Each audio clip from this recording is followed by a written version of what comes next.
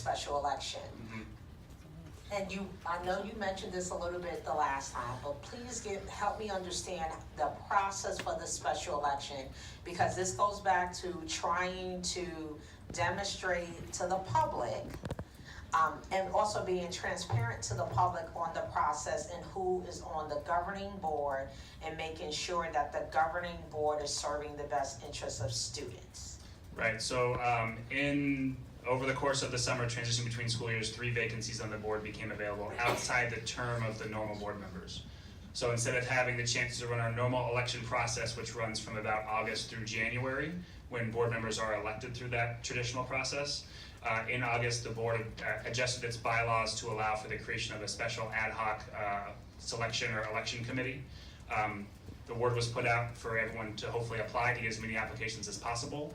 There was no actual election. It was the board took the applications, all the applications that were put in went before the board. Each candidate was interviewed. There were 2 candidates for the open or at-large or community seat, and there were 2 candidates for the teacher position. So the board interviewed all the candidates, used the same 6 questions, and the board appointed those folks who they felt best met the criteria to fill in for the rest of that term until the normal election process would take place, which is going to be next year. So do you hear that? So for me, there's a concern, because if all of these things were happening under the current board, and then the board appoints the replacements of 2 of the board members, and the community has been saying that the board has not been doing their job, they're concerned about the lack of oversight, they're concerned about all these things, and then the board appoints 2 people. How have you engaged the public and increased trust in the public if they have a distrust of the appointment process? And the reason why I'm asking is because there was a parent that came here, believe it was you, that came here and said that the bylaws, that they changed the bylaws so that they wouldn't even put her name on the ballot. And those are the same people that then, I think you put your name in for the community member seat too. Right. So then the same people that refused to allow her an opportunity to be even placed on a ballot, then said that they engaged in this open process, then decided that we're not going to appoint her, we're going to appoint somebody else that previously served. That, to me, does not gain the trust of the public when you've changed the bylaws to prohibit me from being on the ballot. So you didn't even give the parents, if you're saying that the parents have the right to choose whoever they want, they may not have chosen that parent. But if you took that choice away from them when you decided to change the bylaws in a way that prohibited them from being on the ballot. That's like saying I submitted my paperwork and then you change the rules once I submit the paperwork to tell me that now I can't run because I wore high heel shoes to the office, right? Something. But then you change it, and then now you say, oh, we have an open election again. And the same people that change the rules are the same people choosing the board members. Is that what happened? So those rules that you talked about with the election committee will be changed before we go through the next election. That was part of Mr. Clark's notice to cure that came out with this one. We haven't had an election since that memo came out. But what I'm saying is the special election process was an opportunity to engage the public, and y'all lost that opportunity. That was an opportunity to open it up. It was an opportunity to have parents, and because you changed the way it was written, you could have changed it so many different ways to make sure that the public was participating rather than the board members, which has been a matter of concern for the public since I've been here, to really participate and to choose who they wanted to be a part of it. And I'm talking about the CVCHS community, not the entire Clayton community, because that would be a whole different process. You could have even allowed the students to choose who they wanted to be on a board, somebody. But it's so the same concerns about the executive director choosing people that are supposed to provide oversight over him to be on a board. That is just insane. I would love that job. I choose my own boss. And then give the boss enough information so that, this is speculation, right? But I control the information given to the boss because the boss is not involved in the day-to-day operations. And so I do enough to keep my job and stay under the radar and I chose my boss and I have the opportunity to continue to choose my boss. Yeah, and I understand the concern. I know our board chair is going to speak to it. Obviously, a change was made in personnel because of that concern that came up by the board that's serving now, and so I think that action itself is a step in the right direction. But I'll let Ms. Downs speak to the particular of the process personnel. Good evening. Hi. Nice to see you. So I'm just gonna step in here for a second. There needs to be some clarifying points about our bylaws.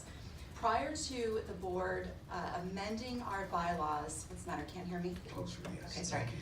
Prior to the board amending our bylaws in, let's see, that was, where are we at? August of 2018.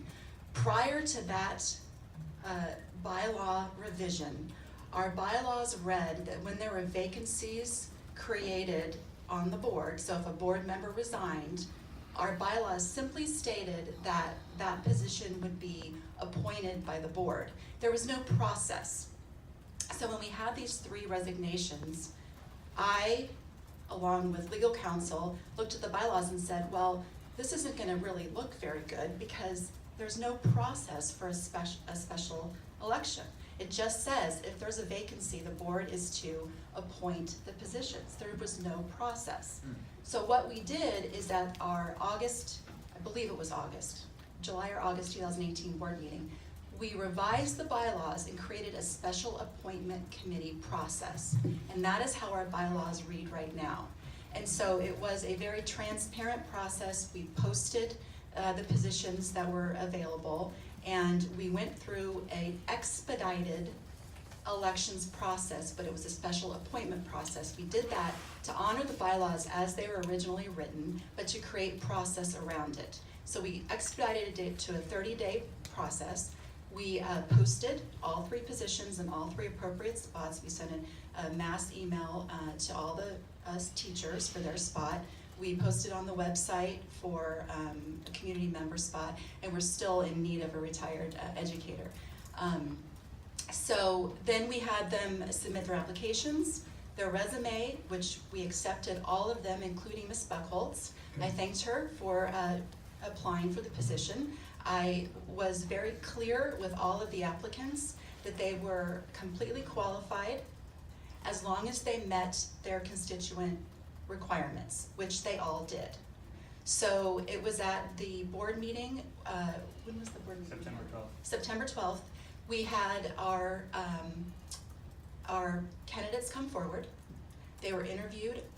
They all had the exact same questions, interviewed by the board in person, one by one, and it was incumbent upon the board, because of our bylaws, that the board would appoint those positions. Now, like Mr. Scheibel said, when it's a normal election process and the board members are just, their terms are running out, it's an election, it's a 4 or 5 month process. But because we had these 3 vacancies, we needed to fill these vacancies, we expedited to 30 days. We created this special appointment process. We interviewed all the candidates fairly, and it was upon us to take what we learned from their answers to our questions and how they were going to serve, in our opinion, on our board and be responsible for the fiduciary duty that we all are bound by.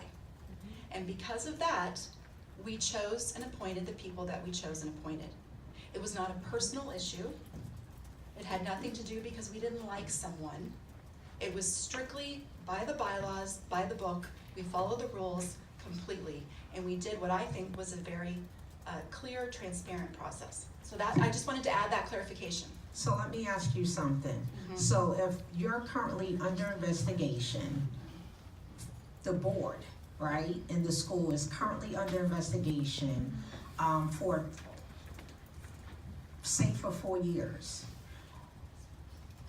the person that was appointed, when did they serve on a board previously? It was a founding board member, and she served until 2016. So if you're under investigation for things that may have happened, when was the first complaint issued? Mr. Clark, I wanna get my facts together. When we conducted the first investigation. 2015.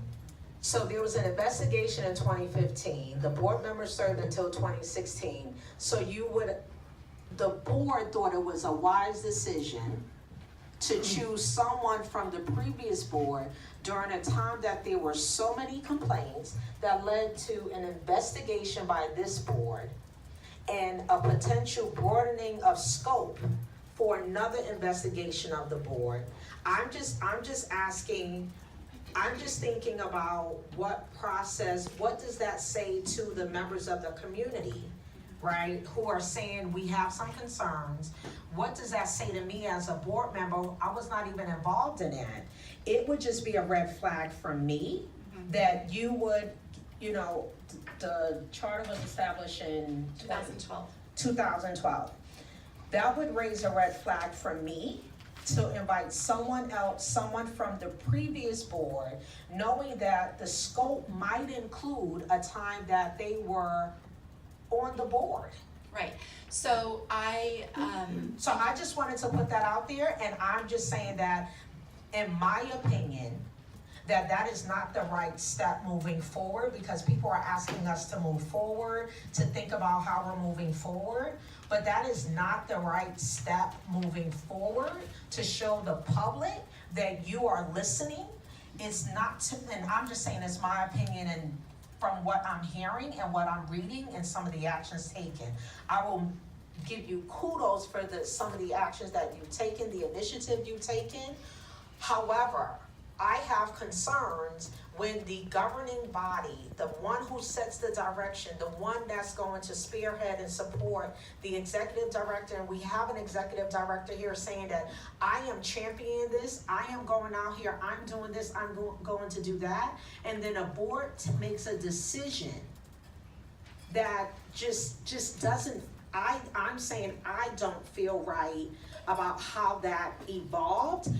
You can say you were transparent, you can say that there were no personal issues or whatever. We all come with our own biases in any process that we take, whether it's a selection process or not.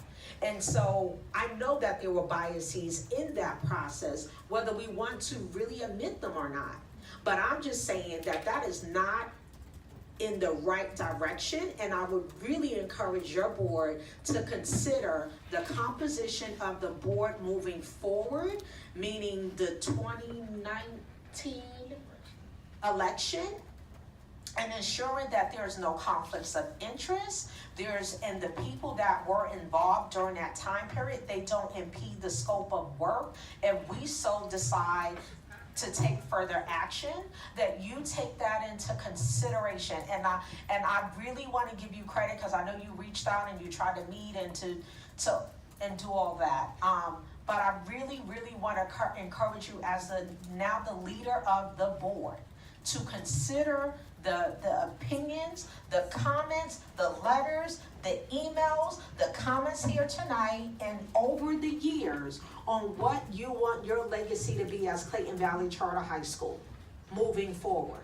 And what that means. Sometimes that means you have a new executive director. That means letting some things go and letting some things evolve. It might mean a whole new reboot. And I'm looking forward to hear what you're going to come back with next year during your renewal, and even during the next few months, on what you're doing to increase your transparency and accountability to the public and how you're using public funds to serve students. That's my last comment. Madam President? Thank you, Dr. Allen. So